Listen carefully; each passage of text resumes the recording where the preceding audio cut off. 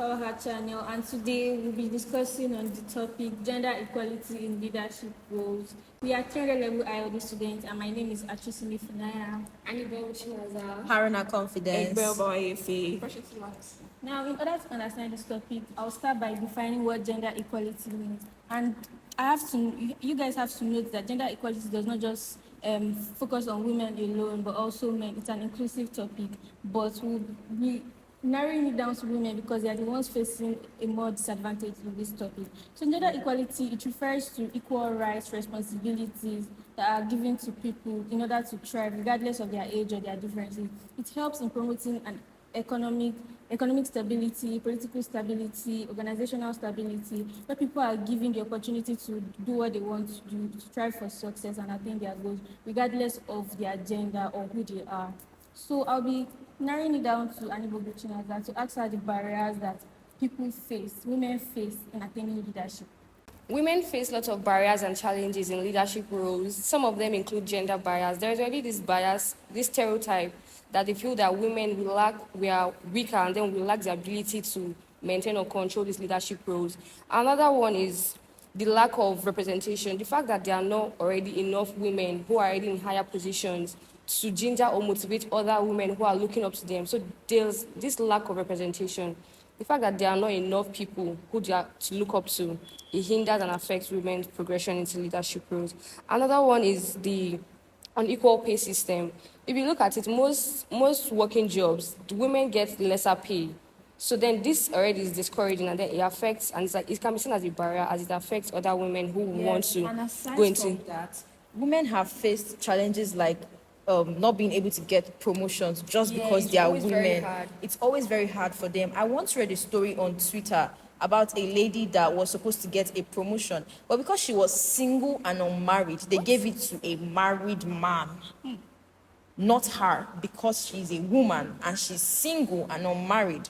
So aside from women facing, just because they are women, they also face things like this because they are unmarried and they are single. And it makes no sense because this is the 21st century. We're in 2024. We can't be doing things like this in 2024. This is a topic that has to be discussed by all means.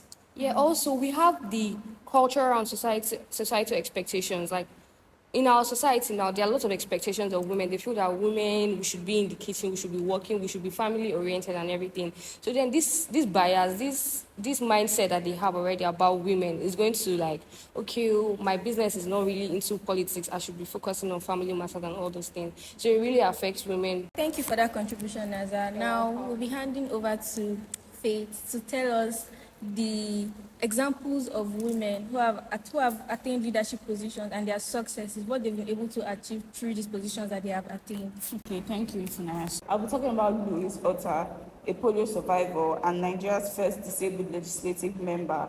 So despite suffering from polio at the age of 2, which made her to end up in a wheelchair, she didn't allow this to stop her from pursuing her dream to become one of the women leading Nigeria. So she's the founder of Sedat Seed Foundation, a non-profit organization advocating for women with disabilities in Nigeria. Not women generally, like people with different disabilities. Yes. So Otta was named Young Global Leader at the World Economic Forum, that's WEF, in 2017. So she took a step further and ran for a seat in Nigeria's lower legislative chamber in 2019, becoming the first person living with a disability to do so.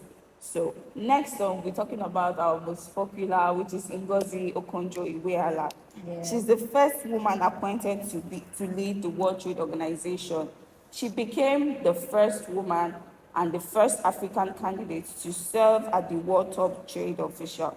That's I'm sorry, I think Ngozi Okonjo-Iweala is such a phenomenal woman. She is my role model. She's a role model to many other women in Nigeria. Yes. Like, she broke the barriers. She changed the mentality that women are meant to be in the kitchen.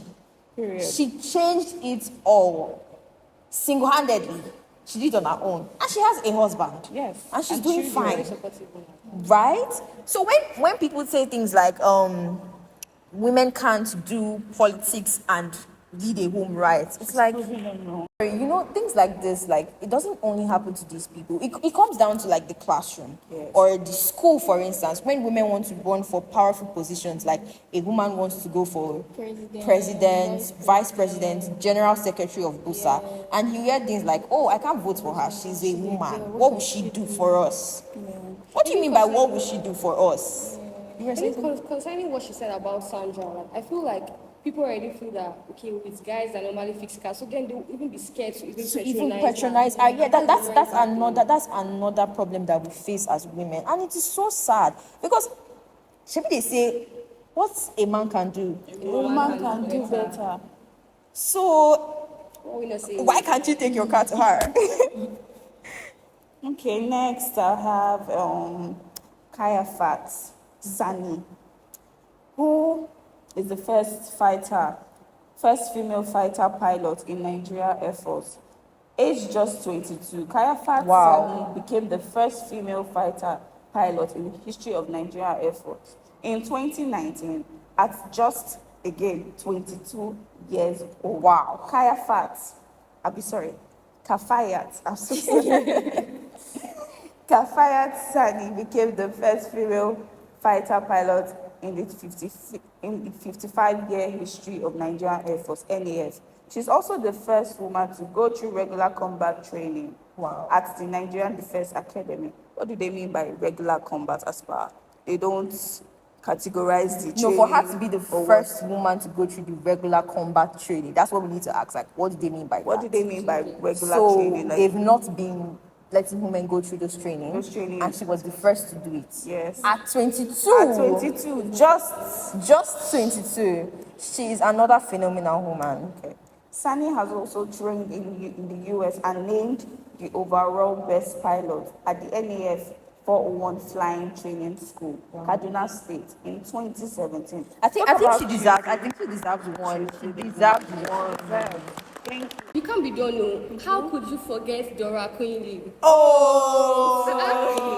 Dora Queenly, that woman, she really tried for Nigeria. Like, anytime we're talking about women in leadership roles, You can't forget her. You can't forget Dora Queenly. Yeah. Even if she's passed on, her legacy, like, it still continues. Yeah. Dora Queenly I think she was the NAFDAC chairman, and then she fought so hard to like stop all these drugs, sales of fake drugs and everything in Nigeria. She really tried for Nigeria. She fought all barriers to be there and like to get to that position. So And you can imagine, considering the fact that it is a NAFDAC and we have a lot of fake foods and fake things in Nigeria. I think in our era we didn't have this as much. She dealt with all of them. And Yes, she she was a problem to the people that all those things. Yes, she was really one. She was a wonderful woman. She's not forgotten. Yes. All right, thank you for that wonderful contribution. Now we'll be handing over to Precious here to tell us the roles that organizational policies have to play in fostering gender equality. Thank you for that. So I will be explaining the roles of organizational policies and practices and how they play in fostering gender equality within the workplace and institutions. One, we have equal employment opportunity policies. I feel like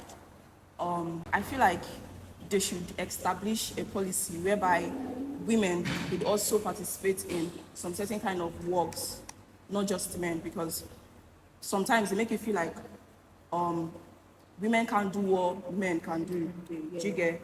Like, okay, just because you're a woman, you can't actually do or participate in this certain kind of work. I'm sorry. Let's take it to the architecture industry. Thank you. How many women do you see in the architecture and engineering industry? Like somebody was talking to me once. She's in Covenant, and I think she's in engineering. And she was telling me that there are only 2 girls in the engineering department. That is very discouraging. Like only 2 girls. And people used to look at them like, "What are you doing? Won't you like to?" They feel like women can't do that. Like, They feel like women can't do it. Like, it's so hard. exactly. And most times they don't even give the opportunities to women to actually do these things. Or let's take it down to like home. When you tell your parents, "Oh, I want to study engineering," and let's say you have some parents that are not supportive, because some parents are still in that era where they restrict women, and you tell them, "Oh, I want to study architecture in school," they would ask you, "What do you want to do with it? It's a men-dominated field." They would discourage you. And as a woman, once you hear things like that, you get discouraged. But there are women that are doing this thing. And I feel like because of that particular statement, it's a men-dominated like Yes. people just don't go for it. They just like, That's oh, the there's no mentality they've point. created. Yes, they've grown us like that to see that. Yeah. But I'm glad that women these days are rising above these things. I'm really, really happy for that. Two, we have secondly, we have pay equity policies. This is hereby enforcing policies that ensure equal pay for equal work regardless of gender. I was talking about in my dad's workplace, the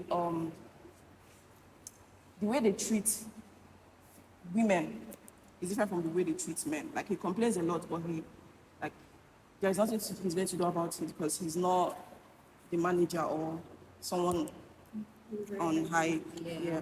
So like, when it comes to like paying the workers, like example now, we're all engineers.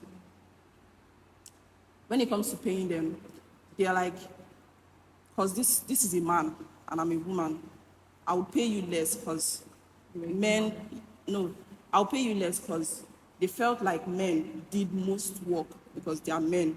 You get, they had more strength and all. So they pay men higher than they pay women, which is not supposed to be right. So just because I'm a woman, which I do the same work that my fellow worker does, you feel like, okay, because I'm a woman, I don't deserve to be paid the same amount you pay my fellow worker. You get? So I feel like there's a policy that should be enforced on equal payment to both equal workers.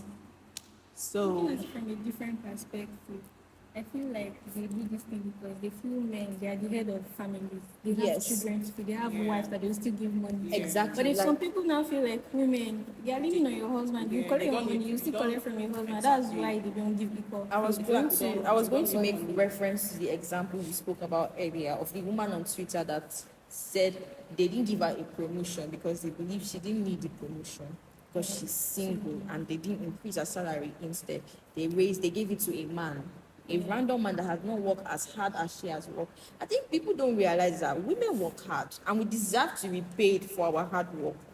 I don't know why they think we just sit down and look pretty. Like, we do these things too.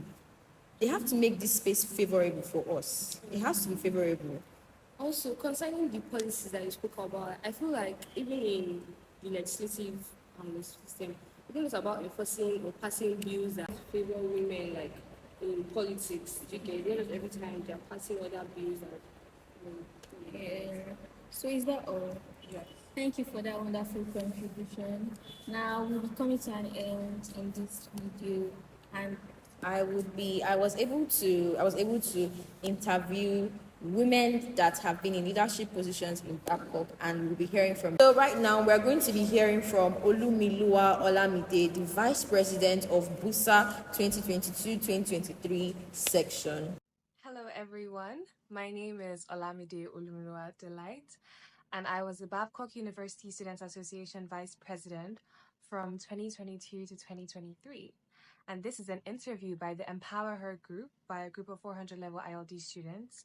And I'm going to be answering some questions on empowering females and leadership positions that females have held and the challenges and basically their journey into leadership. So the very first question is for me to share my journey to leadership and any significant challenges I encountered along the way, and how I overcame those challenges. Okay, so for me, leadership is something that has been in my DNA for a long time, in my genes. In primary school, as little as I was, I held leadership roles.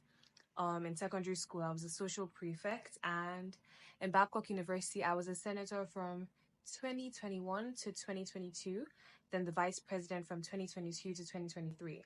And those are just some of my major roles. I've held other little roles along the side, maybe in my department, in church, and some other places. And what are some challenges that I've experienced? So basically, one of my biggest challenges is probably the fact that I'm a woman, and also because of my stature.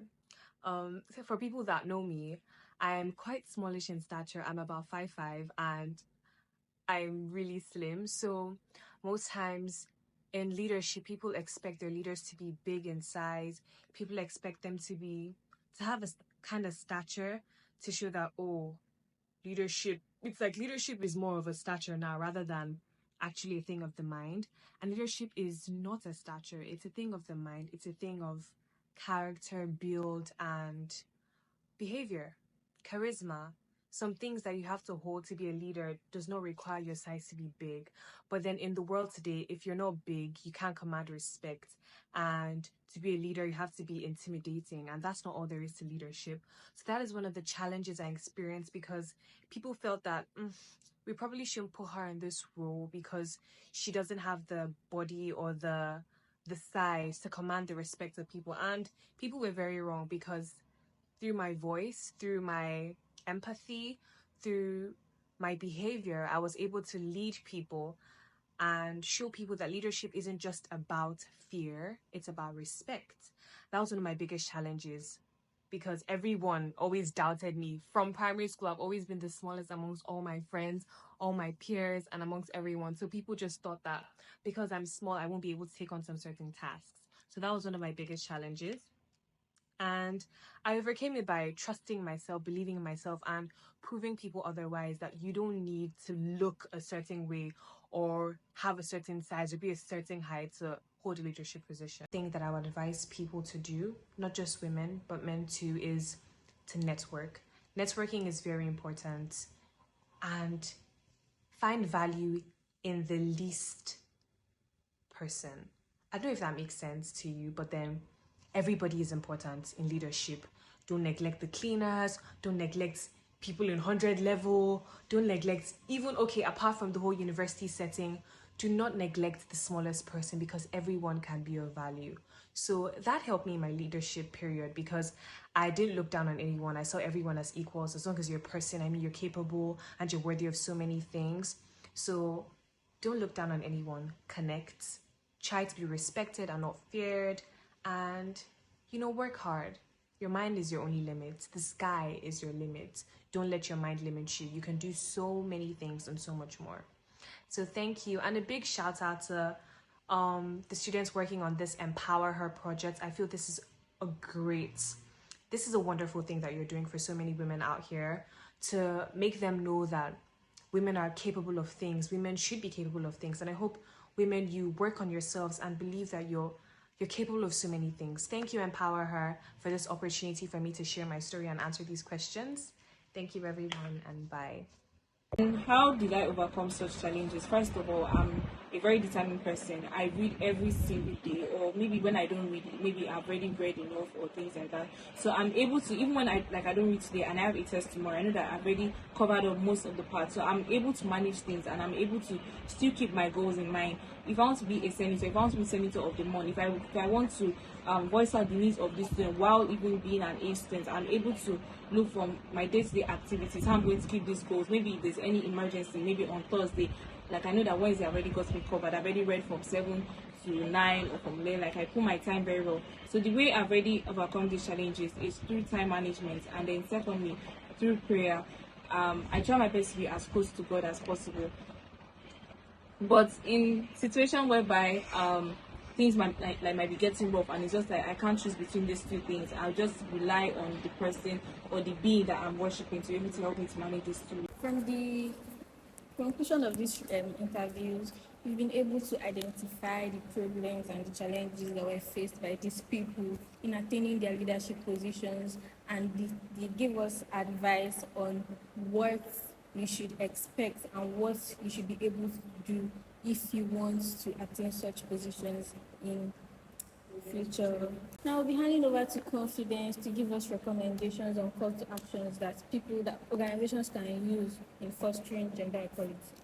Okay, so I genuinely think it would be unfair for us to end this beautiful section without talking about ways in which the sector can be better for women. In ways in which the sector can be more accepting to women, and how more women can basically get the ginger to join into all of these things, because we can't be sitting by the sidelines. I think in 2020, in the next elections, honestly, I would love to see a woman run for presidency and win presidency. organizations have to be more welcoming to women. They have to recognize their hard work, because women work really hard. Not just organizations, even taking it down to political parties like Yes. themselves. So those political Taking parties. it down to individuals themselves. Like Down they to the need classrooms. Exactly. They need to actually start considering women going for presidency without. And this doesn't just have to do with those organizations themselves, women as themselves. Some of you are scared. I was talking to somebody that wanted to go for VP for these BUSA elections, and then she heard a guy who was her rival, and she said, "Don't worry, she's going to go and do PRO." You know, That's very I think discouraging. I think I would not blame her, because we heard from these Busa ladies that have been there. They know the challenges they faced. They know what they faced with their opponents being men. Look at Lala, for instance. Lala succeeded. She had a male opponent. You can hear from her. You can hear her story and what she had to say. It was tough. You know, it's not only the look of things, like the way these people will talk, the way they will talk to you, the way your friends will talk to you. Oh my God, he's a man. He has this connection. He has this connection, because women don't get to like see things like that. They believe men are more experienced politically, and it's not right, because women are in these spaces too. We can do it. We are there. We can be We there. need to support ourselves. Exactly, and we need to support ourselves too, because sometimes you're telling your female friend, "Oh, I want to go for this," and she's telling you can't do it. Why can't I do it? Because I'm a woman. No, you're meant to tell your friend, "Oh yes, you can do it. We will do it together. We'll be there for you." You support women. Yeah. And I think I will also say another way that can like help women get that mentality that they can do everything that they can do is by going to schools to hold seminars for women. Like, I know people complain that we've had too many women seminar, women empowerment schemes, but I think these things truly do help women. Okay, so I was also opportune to attend a seminar where I met so many women of substances, and there was this particular woman that stood out. I'm sorry, I can't remember her name. She is an architect. She has so many projects to her name, and she has so many awards, so many titles. In fact, she told her story of how the first time she gave a design to a man, the first time he met her and asked her for a proposal, he was like, he didn't let her show her work. He said no, straight out. Like, why? Because she's a woman. He said he did not believe that she could work as hard as he wanted her to work, and she could not get the design. She could not draw out his vision. So she lost her first job, and then she got her first job from a female that supported her. And today, she's very, very, very popular. It's such a pity that I cannot remember her name. Anyways, I genuinely think that women should be open to seminars. We should attend seminars. We should listen to these things like this. And the government should make opportunities for women. The government should make opportunities for women in the civil service space. They shouldn't hinder them. So we've come to the end of this beautiful session, and would like to give a shout out to our videographer and our director, Egbochukwu Chioma. And lastly, we would like you guys to please like, subscribe, and drop your comments, drop your opinions. We would love to hear from you. Also share with your friends, share with other people. Thank you very much. Bye.